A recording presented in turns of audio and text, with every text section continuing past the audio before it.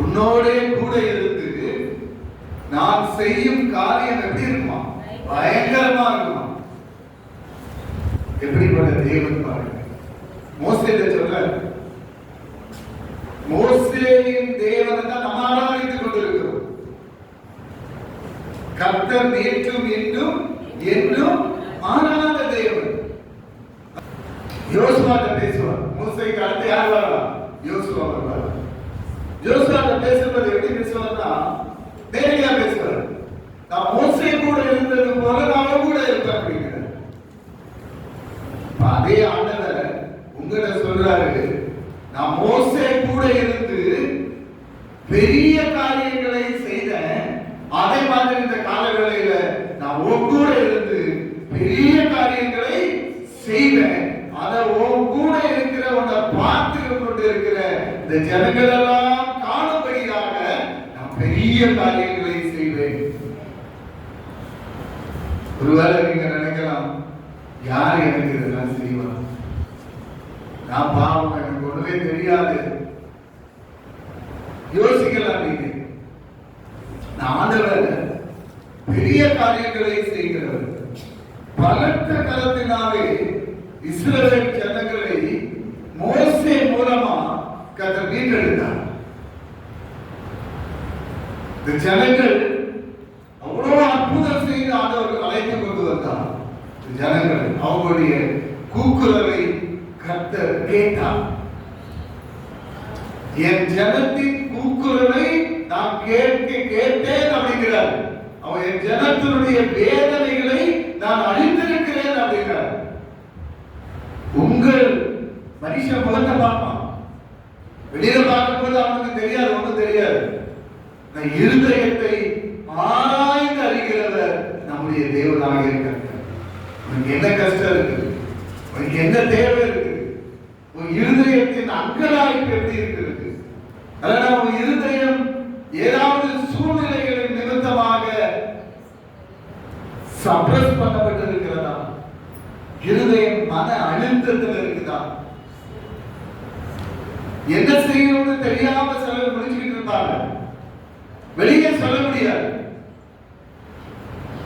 என்ன செய்யணும் அப்படிங்கிற வெளியில சொல்ல முடியாது. யாரும் கேட்கறதுக்கு ஆளே இருக்காது. ஹஸ்பண்ட் இருப்பாங்க, மனைவி இருப்பாங்க, அப்பா அம்மா இருப்பாங்க. தன்னுடைய மன அழுத்தத்தை யாரிடையும் சொல்ல முடியாம கஷ்டப்பட்டு இருதயத்துல அழுது கொண்டிருக்கிற எத்தனையோ கிறிஸ்தவங்க இருக்கிறாங்க, எத்தனையோ ஜனங்கள் இருக்கிறாங்க. எல்லாருக்கும் ஏதாவது ஒரு பிரச்சனை இருந்துகிட்டே இருக்கும். பாடுகள் உண்டு. பாடுகளை மேற்கொள்ள கர்த்தர் உன் கூட இருக்கிறார். சங்கீதக்காரன் சொல்றான், நான் மரண இருளின் பள்ளத்தாக்கிலே நடந்தாலும் பொல்லாப்புக்கு பயப்படேன், தேவரீர் என்னோடு கூட இருக்கிறீர். கர்த்தர் என்னோட இருக்காருப்பா. இருந்தாலும் எனக்கு என்ன இருக்குது? மரண இருளின் பள்ளத்தாக்கு இருந்துதான் செய்யுது. நான் அது வழிதான் கடத்தாட போகணும். There is no other way. வேற வழியே இல்லை எனக்கு. ஆனா அந்த வழியை நடக்கும் பொழுது நான் கூட இருப்பேன். இந்த பள்ளத்தாக்கு, இந்த இருள், அதனுடைய ஆதிக்கங்கள் உன்னை சேதப்படுத்தலாம்.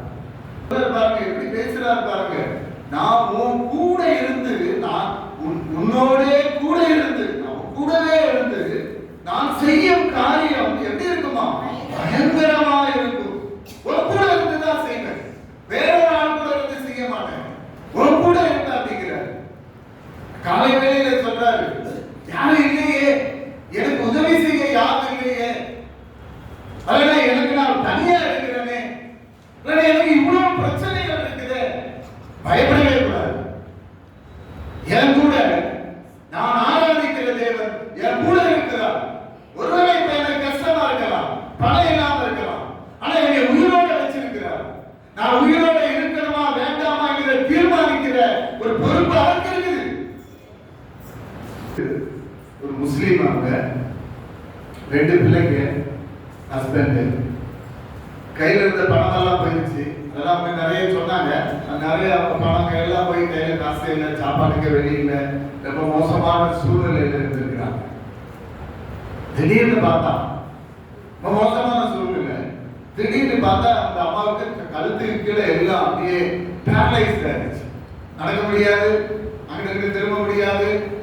அந்த மாதிரி திடீர்னு அந்த அம்மாவுக்கு ஆயிடுச்சு. நசீமாவுக்கு இவங்களுக்கு பணம் கையில் இல்லை. எத்தனையோ டாக்டர்ஸ் அவங்க நிறைய தற்காக எல்லாம் கொடுப்பாங்க, எல்லாம் பண்ணியிருக்காங்க. ஒண்ணுமே நடக்கல. இவர் ரொம்ப மோசமான நிலைமையில ஆயிட்டாங்க.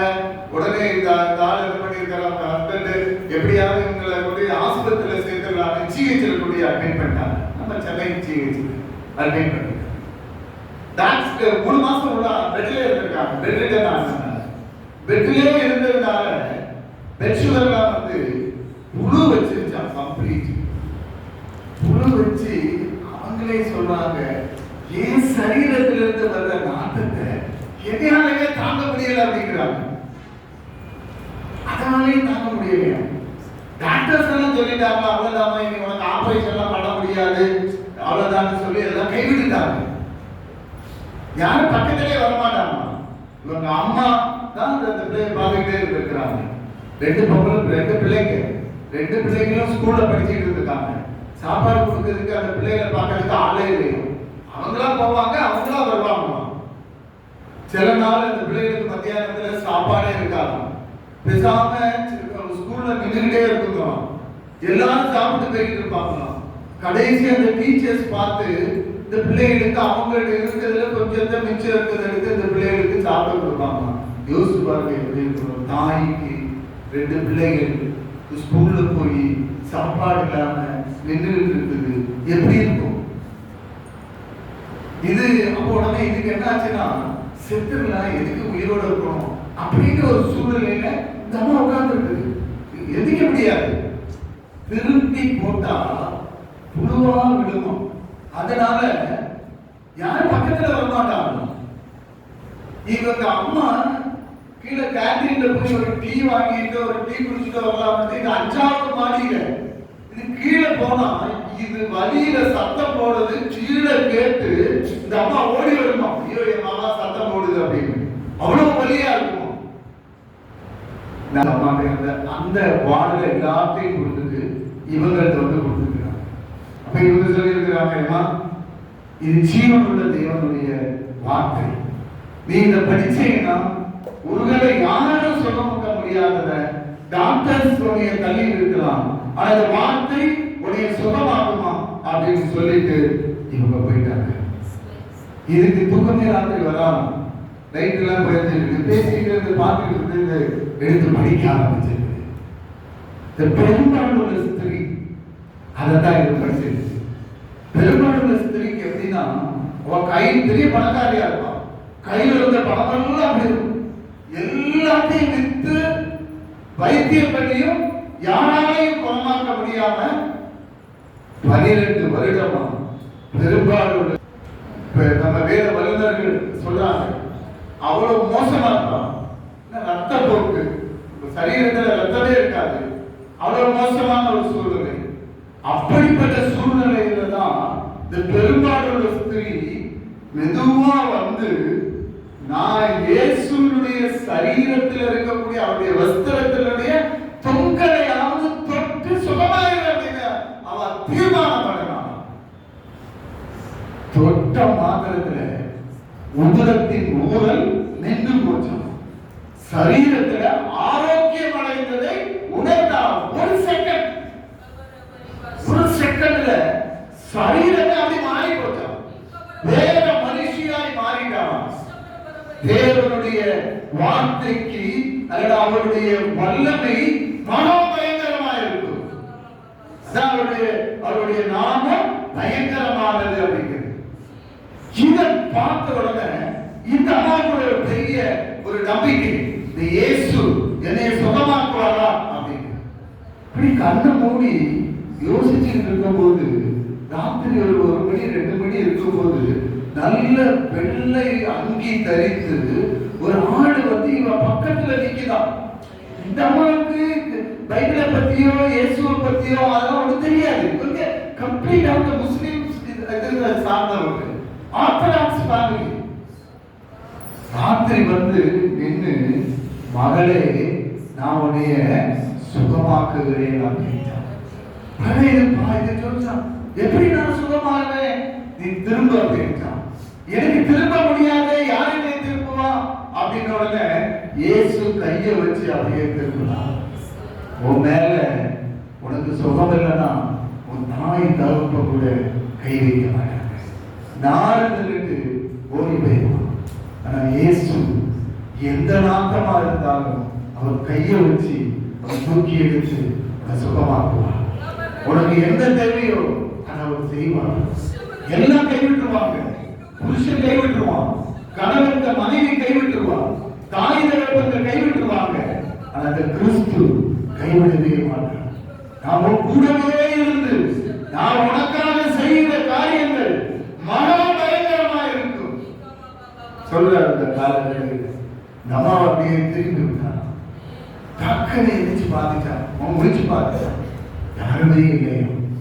அம்மாட்ட கேட்டாங்க, ஏமா இப்போ ஒரு வெள்ள அங்கி தெரிந்து ஒருத்தர் வந்து நின்னாலே நீ பாப்பியாரு, அப்படி யாருமே வரலையே, நான் இங்கதான் முடிச்சுக்கிட்டு தான் இருக்கிறேன் அப்படின்னு அம்மா. ஒரு சத்தம் உனக்கு கேட்டுச்சா அப்படின்னா, கேட்கலையே அப்படின்னு நம்ம தூங்கிடுச்சு. காலையில புதுசா ஒரு டாக்டர் வர்றாரு. அந்த டாக்டர் அவங்க சொல்றாங்க 3 மாசமா பெட்ல இருக்காங்க. அந்த டாக்டர் அதுக்கு முன்னாடி அவங்க பார்த்ததும் இல்லை, இவங்க ஆபரேஷன் கழிஞ்சு அந்த டாக்டர் அங்க வந்ததும் இல்லையா. இந்த டாக்டர் வந்து உங்ககிட்ட வந்து உனக்கு நீங்க ஆபரேஷன்மா அப்படிங்கிறான்.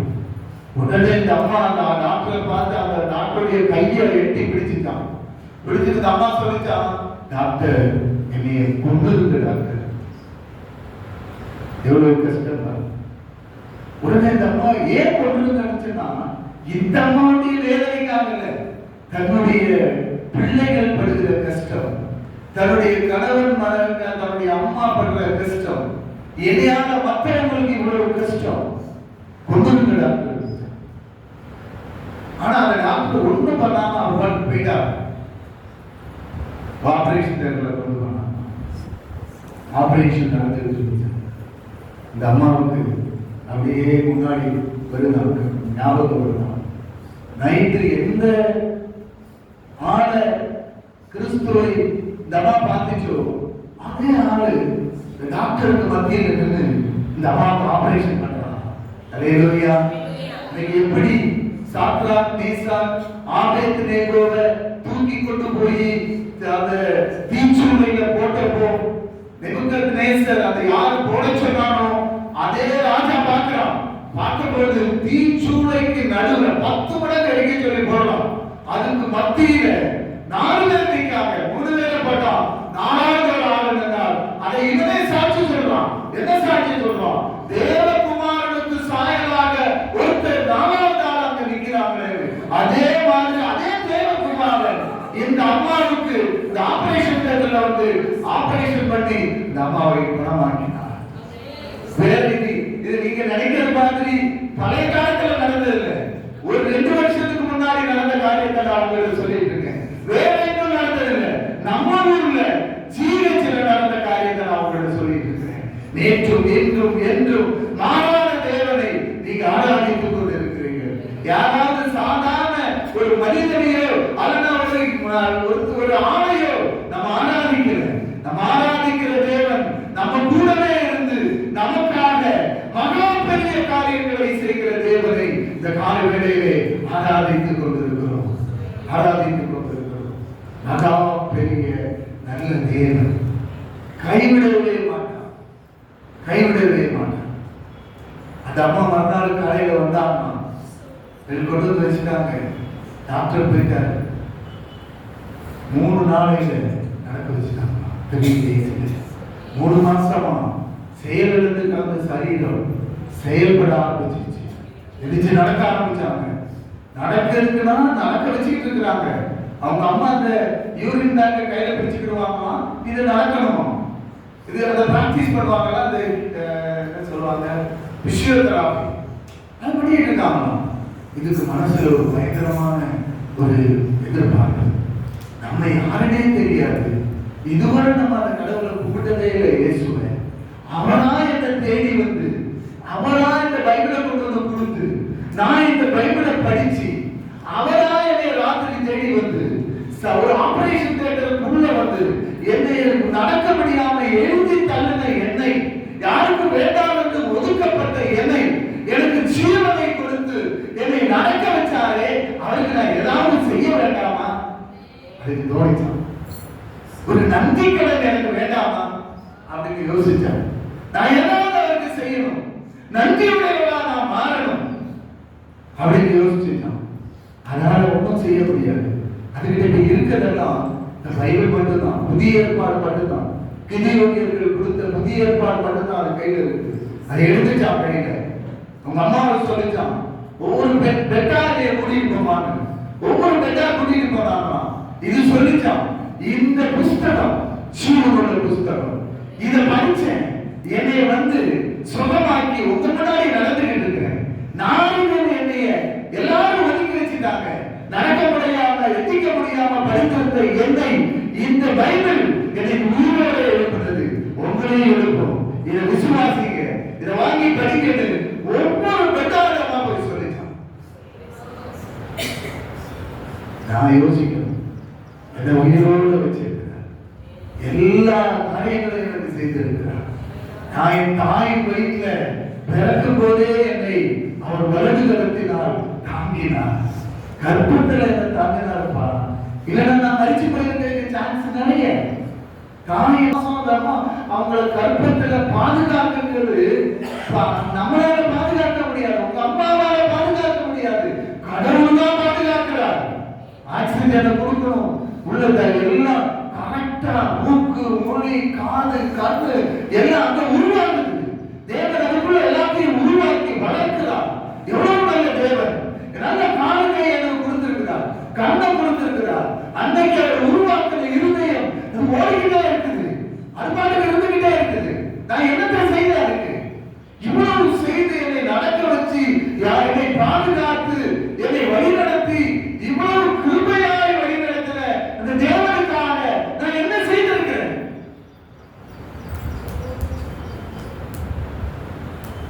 யோசிக்க. ஆண்டவரே, நான் என்ன செய்யணும்? எனக்கு சொல்லுங்க ஆண்டவரே, எனக்கு சொல்லுங்க ஆண்டவரே, நான் என்ன செய்யணும்? தாவே, இந்த மோசே யாருக்காக ஜெபிக்கிறான்? அவனுக்காக ஜெபிக்கிறான். வணங்கா கருத்துள்ள ஜனங்களுக்காக குடியாம புசியாம 40 நாள் தேவனுடைய சமூகத்துல படுத்து உருள, ஆண்டவரே நீர் உம்முடைய ஜனம், அந்த ஜனத்தை மன்னிக்க ஆண்டவரே. ஆண்டவர் சொல்றாரு, மோசே அதை விட்டு அவங்க எல்லாம் வணங்கா கருத்துள்ளவங்க, அவங்க எல்லாம் நான் அழிக்க போறேன் அப்படிங்கிறாரு. இல்ல ஆண்டவரே, உம்முடைய பிள்ளைகள், அவங்களை நீங்க அழிக்க கூடாது ஆண்டவரே. அப்படி அவன் ஜெபம் பண்ணும்போது ஆண்டவர் அவனுக்கு அந்த வார்த்தையை பேசுறாரு. நீர் ஏன் கூட வரணுங்கிறான். அவர் சொல்றாரு, நான் ஒரு தூதனை அனுப்புறேன், கூட்டிட்டு போவேன். முடியாதுங்கிறான். நீங்க எங்க கூட வரலன்னா எங்களை சுற்றி இருக்க ஜனங்கள் எப்படி நீங்க என் கூட இருக்கிறீங்க என்பதை அறிந்து கொள்வார்கள். சொல்ல அவன், அதுவே இது என் கூட வரணும். சுற்றி இருக்க ஜனங்கள் எல்லாம் அறியணும். என்ன அறியணும்? சுற்றி இருக்க ராஜாக்கள் நிறைய ஆட்கள் இருக்கிறாங்க, பெலிஸ்தியர் இருக்கிறாங்க, அம்மோனிய புத்திரர்கள் இருக்கிறாங்க. எல்லாரும் அவங்கெல்லாம் அறியணும். என்ன அறியணும்னா, கர்த்தராகிய ஆண்டவர் இந்த ஜனங்களோடு இருக்கிறார் அப்படிங்கிற அறியணும் அப்படின்னு ஜெபிக்கிறோம். அதான் ஆண்டவர் சொல்றார், நான் உன் கூட இருந்து நான் செய்யும் காரியங்கள் பயங்கரமாக இருக்கும், அதை உன்னை சுற்றி இருக்கிற இந்த ஜனங்கள் அறிந்து கொள்வார்கள். நீங்க ஜெபிக்கணும், ஆண்டவரே நீர் என் கூட இருக்கிறீர் என்பதை பக்கத்து வீட்டுக்காரருக்கு தெரியணும். ஆண்டவரே, என் குடும்பத்தில் இருக்கிற என்னுடைய உறவினர்கள் எல்லாருக்கும் தெரியணும், மகா பயங்கரமான தேவன் என் கூட இருக்கிறார், எனக்குள்ள இருக்கிறார் என்பதை நான் வெளிப்படுத்துகிற ஒரு ஆளாய் என்னை மாற்றுங்க ஆண்டவரே, குடும்பத்தை மாற்றுங்க ஆண்டவரே. செபிக்கணும், இந்த வார்த்தையை படிக்கணும், செபிக்கணும். எத்தனையோ ஜனங்கள் உங்க குடும்பத்திலேயே எத்தனையோ பேர் இந்த கிறிஸ்துவை அறியாததுனால மறிச்சு கொண்டிருக்கலாம். வேதம் சொல்லுகிறது தேவனுடைய வார்த்தை இல்லாதவன் செத்தவன் அப்படின்னு சொல்லுது. அப்படின்னா அவனுக்கு நான் அந்த வார்த்தையை கொடுத்து ஜீவனை கொடுக்க வேண்டிய ஒரு பொறுப்பு எனக்கு இருக்குது. ஏன் உறவினர், ஏன் சொந்தக்காரன், என் கூட இருக்கிறவன் நாளைக்கு அவன் செத்து போவானா? அவன் எங்க போவான்? நாயகத்துக்கு போவானே. அவன் நாயகத்துக்கு போக கூடாதே. அவன் ஏன் கூட அவனை எங்க வரணும்? எங்க போவீங்க நீங்க? பரலோக ராஜ்யத்துக்கு அவனும் வரணும். நேரம் போய் சொன்னா சண்டைக்கு வருவான். முழங்கால நின்று ஜெபிக்கலாம்ல? ஆண்டவரே ஏன் சொந்தக்காரன் ஆண்டவரே, அவனுதான் நான் ஜெபிக்கிறேன். நேரம் போனா என்ன சண்டைக்கு வருவான். நீர் தான் வண்டியை தரணும், அவன் ரட்சிக்கப்படணும், அவனுக்கு ஒரு பெரிய மாற்றம் வரணும். எனக்கு ஒரு பொறுப்பு இருக்கிறாரு, நான் என்ன செய்யறது? ஆண்டவர் என்ன செய்ய வச்சிருக்கிறாரு எனக்கு தெரியலையே. சாக்கு சொல்லக்கூடாது, உட்கார்ந்து ஜெபிக்கணும், முழங்கால நிக்கணும். நான் இருக்கிற இந்த தேசம் ஆண்டவரே சொல்றாரு, நீங்க அமைதியில் உள்ள ஜீவனம் பண்ணும்படிக்கு நீ உன் பிள்ளைகளும் குடும்பம் சந்தோஷமா இருக்கணுமா, அமைதியா இருக்கணுமா, தேசம் அமைதியா இருக்கணும், தமிழ்நாடு அமைதியா இருக்கணும். அதுக்கு உனக்கு உத்தரவாதம் இருக்குது. நீ ஜெபிக்கணும். ஓ தேசத்துக்காக நீ ஜெபிக்கல, ஓ உன்னுடைய மாநிலத்துக்காக நீ ஜெபிக்கல, ஒரு கிராமத்துக்காக நீ ஜெபிக்கிறது இல்ல. இந்த கிராமம் நல்லா இருக்கணும், இந்த கிராமம் நான் இருக்கிறது, இந்த கிராமத்துல அமைதியில் உண்டாகணும், ஜெபிக்கணும்ல. என்னை பயன்படுத்தி நீர் இந்த உலகத்துல பெரிய காரியங்களை செய்து உங்களுடைய நாமத்தை ஏன் சுற்றி இருக்கிறவங்க மத்தியில மகிமைப்படுத்த